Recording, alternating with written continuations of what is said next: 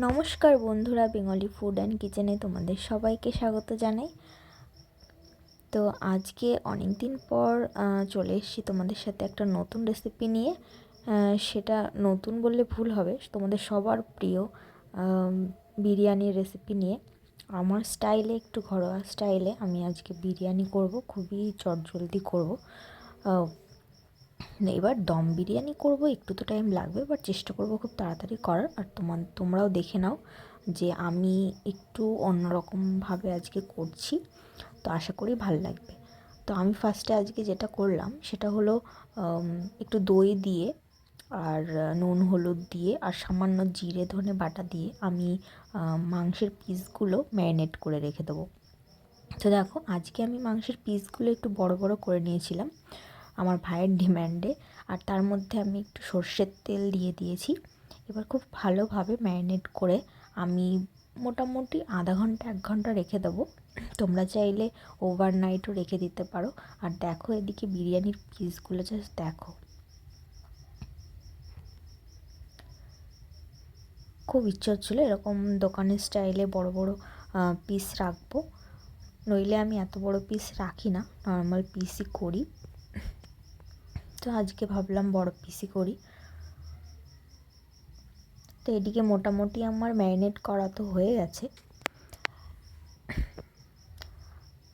বিরিয়ানি মানেই অনেকটা টাইম লাগে, তাই যতটা পারি তাড়াতাড়ি করার চেষ্টা। আর এদিকে দেখো, আমি আলুগুলোও ভেজে নিয়েছি। বিরিয়ানি মানেই আলু, আলু ছাড়া বিরিয়ানি ইনকমপ্লিট। আর এদিকে আমার সমস্ত মশলা রেডি। এদিকে আছে কাঁচা লঙ্কা বাটা, রসুন বাটা, জিরে ধনে বাটা, আর আদা বাটা, আর শুকনো লঙ্কা বাটা। আর এদিকে এত এত পেঁয়াজ কুচি যেটা লাগবে। আর আমি একটু আজকে টমেটো দিচ্ছি, তোমরা চাইলে দিতেও পারো, নাও দিতে পারো। তো দেখো, আমি ফার্স্টে কড়াইতে তেল গরম করে নিচ্ছি। তো কড়াইটা গরম হয়ে গেলে ফার্স্টে যেটা করব, আমি পেঁয়াজটা ভেজে বেরাস্তা করে নেব। তো দেখো, মোটামুটি আমার তেল গরম হয়ে গেছে। এবার পেঁয়াজ কুচিগুলো আমি দিয়ে দেবো।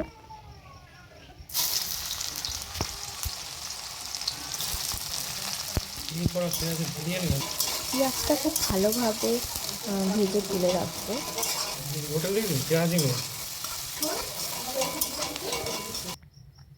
আর এই পেঁয়াজটা যখন তোমরা ভাজবে, গ্যাসটা কিন্তু একটু বাড়িয়ে দেবে, তাহলে খুব ভালোভাবে বেরেস্তাটা হয়ে যায়, খুব মুচমুচে হয়।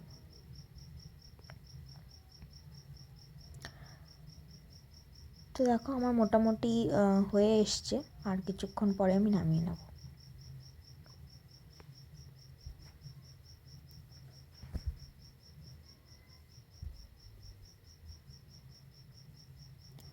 তো আমার বেরেস্তা কমপ্লিট, দেখো আমি নামিয়ে নিয়েছি। তো এটা লাগবে পরে। এখন আপাতত আমি ওই তেলেই জিরে ফোড়ন দিয়ে দিলাম, আর দিয়ে দেবো গোটা গরম মশলা।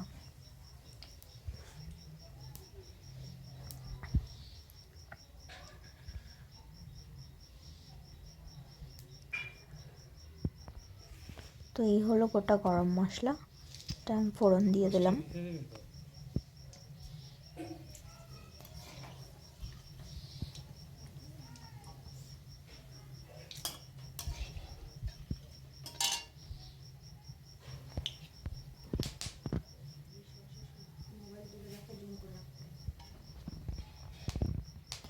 এবার আমি একে একে সমস্ত মশলাগুলো দিয়ে দেবো। তো ফার্স্টে আমি রসুন বাটাটা দিয়ে দিচ্ছি।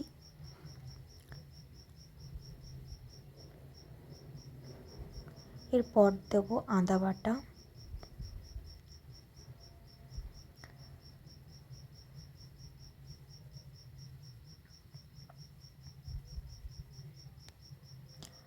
এটা হলো জিরে আর ধনে, যেটা আমি পেস্ট করে রেখেছিলাম।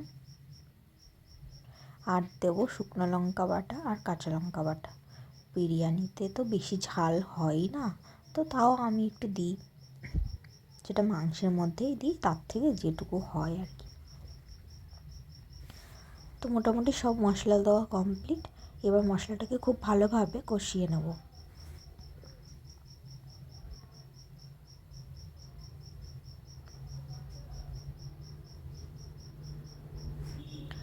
এবার এখানে আমি যে টমেটোগুলো কুচো করে রেখেছিলাম সেগুলো দিয়ে দিলাম।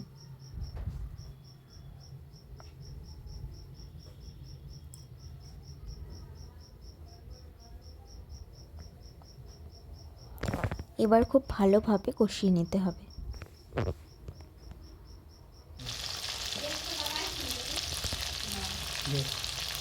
দিয়ে দিলাম সামান্য হলুদ গুঁড়ো,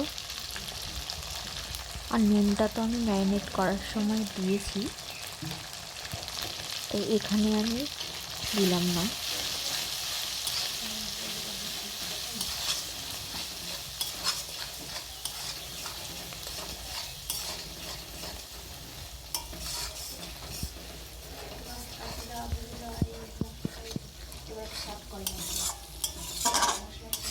দেখো মশলা মোটামুটি প্রায় কষে এসছে, এর মধ্যে আমি দিয়ে দেবো টক দই।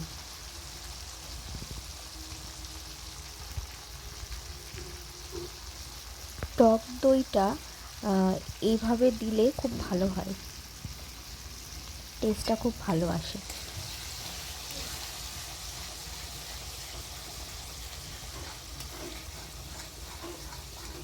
খুব ভালো করে মিশিয়ে নিতে হবে।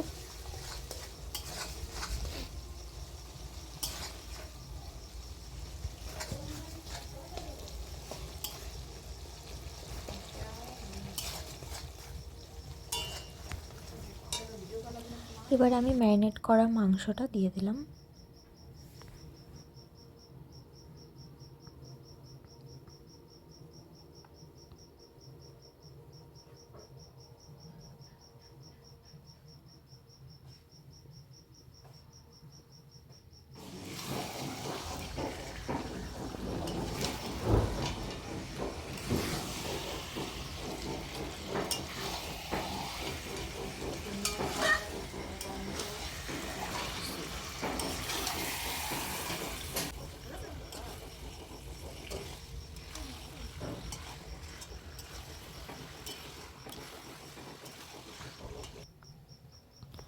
এবার মাংসটা খুব ভালোভাবে কষিয়ে নিতে হবে। আর দেখো এদিকে আমি আলুগুলোও দিয়ে দিচ্ছি, কারণ নইলে এগুলো হলো নতুন আলু, এখন না দিলে পরে আলুগুলো গলবে না। আর এদিকে ভেজে রাখা বেরেস্তাটাও আমি কিছুটা দিয়ে দিলাম এখানে, আর কিছুটা আমি লেয়ারিংয়ের সময় দেব।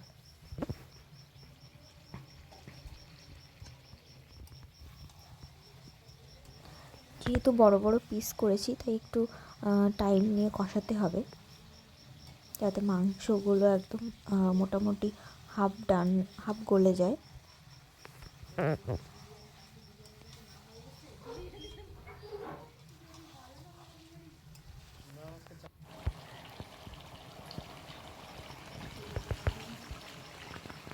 তো আমি একটু কষিয়ে নিয়ে আমি একটু জল দিয়ে দিয়েছিলাম। তো দেখো এখন এই অবস্থা। তো মোটামুটি মাংসটা অনেকটাই হয়ে গেছে, বাকিটা দমে হয়ে যাবে।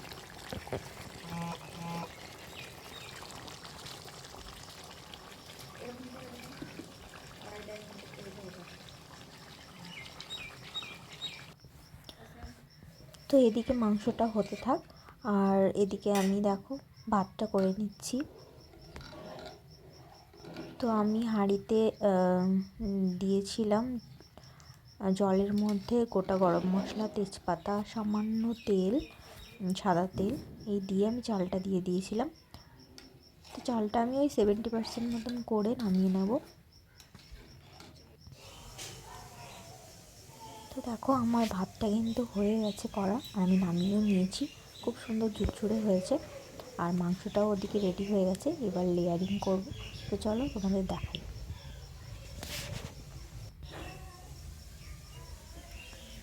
তো আর আমি হাঁড়িটা একটু ঘি দিয়ে গরম করে নিয়েছিলাম, যাতে নিচের দিকে না লাগে।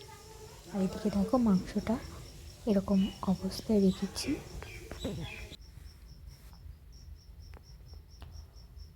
এবার আমি লেয়ারিং করে নিচ্ছি। ফার্স্টে দেখো আমি ভাত দিয়ে দিলাম, তারপর দিয়ে দেবো মাংস, এভাবে পরপর পরপর আমি লেয়ারিং করতে থাকবো।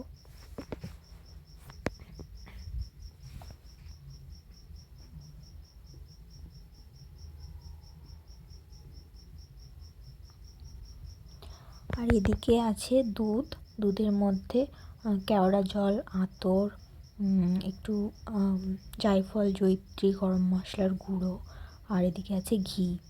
তো এই সব আমি একটু ছড়িয়ে দিচ্ছি। আমি আজকে কোনো ফুড কালার ইউজ করছি না।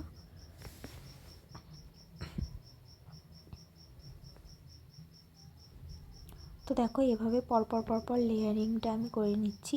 তো অনেকগুলো মোটামুটি লেয়ারিং হয়েছে।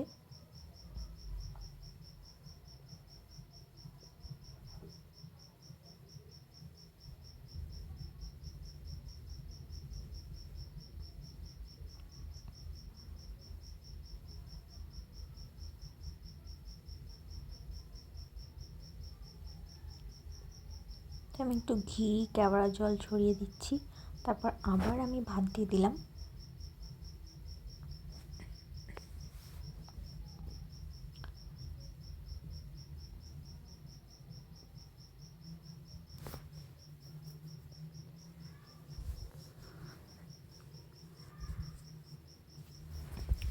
তো চলো পুরো লেয়ারিংটা কমপ্লিট করি।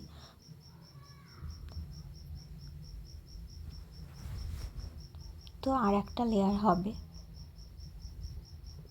আর একদম ওপরে দিয়ে দিলাম সব লেগ পিসগুলো বড় বড়, কারণ নইলে বাই চান্স ভেঙে যেতে পারে।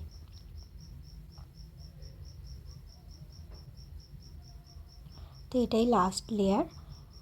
তো এর উপরে দিয়ে দেবো আবার ভাত।